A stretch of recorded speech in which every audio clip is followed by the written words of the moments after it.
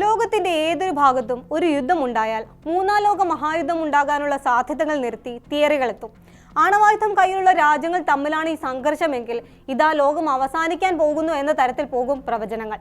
എല്ലാം ശാന്തമായിരിക്കുന്ന സമയത്ത് പോലും ഇത്തരം പേടിപ്പെടുത്തുന്ന പ്രവചനങ്ങൾ എത്തുന്നത് പതിവാണ്. ശരിക്കും അങ്ങനെ ഒരു യുദ്ധം ഉണ്ടായാൽ എന്തായിരിക്കും അവസ്ഥ?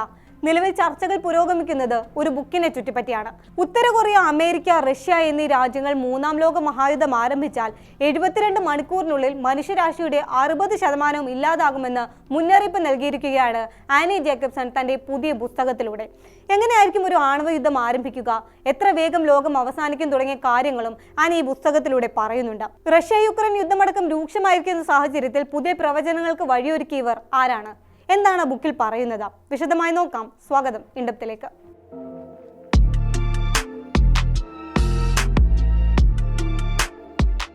അമേരിക്കൻ പത്രപ്രവർത്തകയും ഗ്രന്ഥകാരിയുമായ ആനി ജേക്കബ്സൺ അവരുടെ ന്യൂക്ലിയർ വാർ എ സെനാരിയോ എന്ന പുതിയ പുസ്തകത്തിലാണ് ആണവ യുദ്ധ സാഹചര്യത്തെക്കുറിച്ച് വിശദീകരിക്കുന്നത്.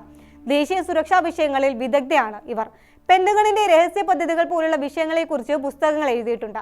ആണവ സംഘർഷം ഉണ്ടായാൽ അത് മനുഷ്യരാശിയുടെ നിലനിൽപ്പിന് തന്നെ ഭീഷണിയാകുമെന്ന് പെൻസിൽവാനിയ സ്റ്റേറ്റ് യൂണിവേഴ്സിറ്റിയിലെ ശാസ്ത്രജ്ഞർ നടത്തിയ പഠനം അടുത്തിടെയാണ് പുറത്തു വന്നത്.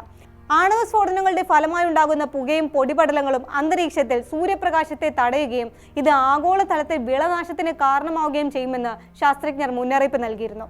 ആനിയുടെ ഈ പുസ്തകത്തിൽ വരച്ചു കാട്ടുന്നത് യുദ്ധമുണ്ടാക്കുന്ന സാഹചര്യമാണ്, അത് എങ്ങനെയാണ് തുടങ്ങുന്നത് എന്നും. ഉത്തര കൊറിയയിൽ നിന്നാണ് ആരംഭം. കിം ജോങ് ഉൻ അപ്രതീക്ഷിതമായി ഇന്റർ കോണ്ടിനെന്റൽ ബാലിസ്റ്റിക് മിസൈലുകൾ US-ലേക്ക് വിക്ഷേപിക്കുന്നു. ഒന്ന് വാഷിംഗ്ടണിലെ പെന്റഗണിലേക്ക്, മറ്റൊന്ന് ലക്ഷ്യമിടുന്നത് കാലിഫോർണിയയിലെ ഒരു ആണവ റിയാക്ടറും.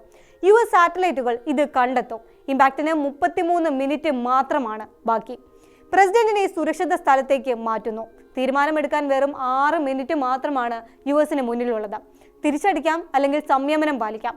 ലോഞ്ച് ഓൺ വാർണിംഗ് പോളിസി പ്രകാരം US ഒരു പ്രതികാര പദ്ധതി തയ്യാറാക്കുന്നു. ഇതിനിടെ ഉത്തര കൊറിയയുടെ ആദ്യ മിസൈൽ പെന്റഗണിന് മുകളിൽ പൊട്ടിത്തെറിക്കും. വാഷിംഗ്ടൺ DC വേരോടെ നശിപ്പിക്കപ്പെടും. ലക്ഷക്കണക്കിന് ആളുകൾ മരിച്ചു വീഴും.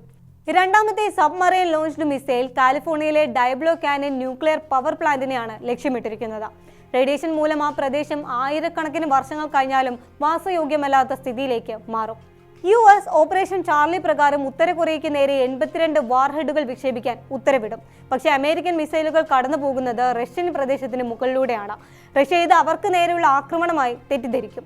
അമേരിക്കൻ നേതൃത്വവുമായി ബന്ധപ്പെടാൻ കഴിയാത്തതിനാൽ റഷ്യ ഒരു തിരിച്ചടിക്ക് തയ്യാറെടുക്കുന്നു. 1 മണിക്കൂറിനുള്ളിൽ റഷ്യയുടെ 1000 വാർഹെഡുകൾ അമേരിക്കയിൽ വന്നു വീഴുന്നു. വലിയൊരു ഭാഗവും നശിച്ചു പോകും. അടുത്ത 1 മണിക്കൂറിനുള്ളിൽ കാര്യങ്ങൾ പൂർണ്ണമായും നിയന്ത്രണം വിട്ട് അമേരിക്ക, റഷ്യ, ചൈന ഉൾപ്പെടുന്ന ആഗോള ആണവ യുദ്ധമായി മാറും. 72 മണിക്കൂറിനുള്ളിൽ ആയിരക്കണക്കിന് മിസൈലുകളാകും പൊട്ടിത്തെറിക്കുക. ആണവ തീഗോളങ്ങൾ ലോകത്തെ വിഴുങ്ങിക്കളയും. ആണവ സ്ഫോടനങ്ങളിൽ നിന്നുള്ള തീഗോളവും പുകയും അന്തരീക്ഷത്തിലെ സ്ട്രാറ്റോസ്ഫിയറിൽ നൈട്രോജൻ ഓക്സൈഡുകൾ ഉൽപ്പാദിപ്പിക്കും. ഇവ ഓസോൺ പാളിയെ നശിപ്പിക്കുകയും സൂര്യനിൽ നിന്നുള്ള അൾട്രാവയലറ്റ് B കിരണങ്ങൾ കൂടുതലായി ഭൂമിയിലെത്താൻ കാരണമാവുകയും ചെയ്യും. തുടർന്ന് സസ്യകോശങ്ങൾ നശിക്കും, വിളകളുടെ വളർച്ച തടസ്സപ്പെടും, ഭക്ഷ്യ ഉൽപാദനം താറുമാറാകും. സ്ഫോടനത്തിൽ തന്നെ ഉടനടി ലക്ഷക്കണക്കിന് ആളുകളെങ്കിലും മരിച്ചു വീഴും. ശേഷിക്കുന്നവർ UV റേഡിയേഷനും പട്ടിണിയും മൂലം നരക ജീവിതത്തിലേക്ക് പോകും.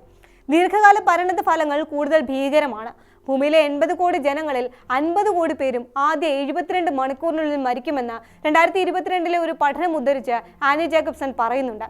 സാങ്കല്പിക സാഹചര്യം മാത്രമാണ് ഈ ബുക്കിൽ ജേക്കബ്സൺ വിവരിക്കുന്നതെങ്കിലും അതിലെ എല്ലാ വിവരങ്ങളും ഡീക്ലാസിഫൈഡ് രേഖകളും പ്രതിരോധ ശാസ്ത്രജ്ഞരുടെ അഭിമുഖങ്ങളും കാലാവസ്ഥാ മോഡലിംഗ് പഠനങ്ങളും അടിസ്ഥാനമാക്കിയാണ് വിവരിച്ചിരിക്കുന്നത്. അമേരിക്കയുടെ മധ്യ പടിഞ്ഞാറൻ ഭാഗങ്ങൾ, ചൈനയുടെ ഭാഗങ്ങൾ, ഇന്ത്യ, യുക്രൈൻ, റഷ്യ എന്നീ രാജ്യങ്ങളിലെ ഭക്ഷ്യോൽപാദനം എന്നിവയെല്ലാം നശിക്കും. താപനില 40 ഡിഗ്രി ഫാരൻഹീറ്റ് വരെ കുറയും. 10 വർഷത്തേക്ക് കാലാവസ്ഥ മഞ്ഞ് മാത്രമാകുമെന്നും ബുക്കിൽ പറയുന്നുണ്ട്. ആണവ യുദ്ധത്തിന് ശേഷം ഭക്ഷ്യോൽപാദനം നിലനിർത്താൻ കഴിയുമെന്ന് ശാസ്ത്രജ്ഞർ കണക്കാക്കുന്ന 2 രാജ്യങ്ങൾ മാത്രമാണുള്ളത്: ഓസ്ട്രേലിയയും ന്യൂസിലൻഡും. അതും സാധാരണ ജീവിതമല്ല.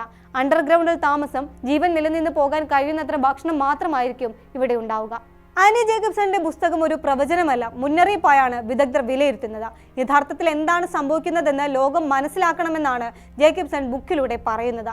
ആണവായുധങ്ങൾ ഇല്ലാതാക്കുക അസാധ്യമാണെങ്കിലും അവയുണ്ടാക്കുന്ന ഭീകരത മുൻനിർത്തി രാജ്യങ്ങൾ നയതന്ത്രം ശക്തമാക്കണമെന്നും അവർ ആവശ്യപ്പെടുന്നുണ്ട്.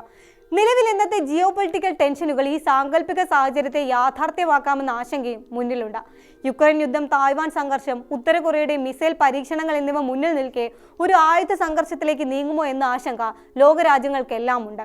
ഈ ന്യൂക്ലിയർ യുഗത്തിൽ യുദ്ധം ഒരു ഓപ്ഷനേ അല്ല, ശാന്തിയും സഹകരണവും മാത്രമാണ് മനുഷ്യരാശിയുടെ ഭാവി സുരക്ഷിതമാക്കുന്നതെന്നും ഓർമ്മിപ്പിക്കുകയാണ് ന്യൂക്ലിയർ വാർ എ സെനാരിയോയിലൂടെ ആനി ജേക്കബ്സൺ.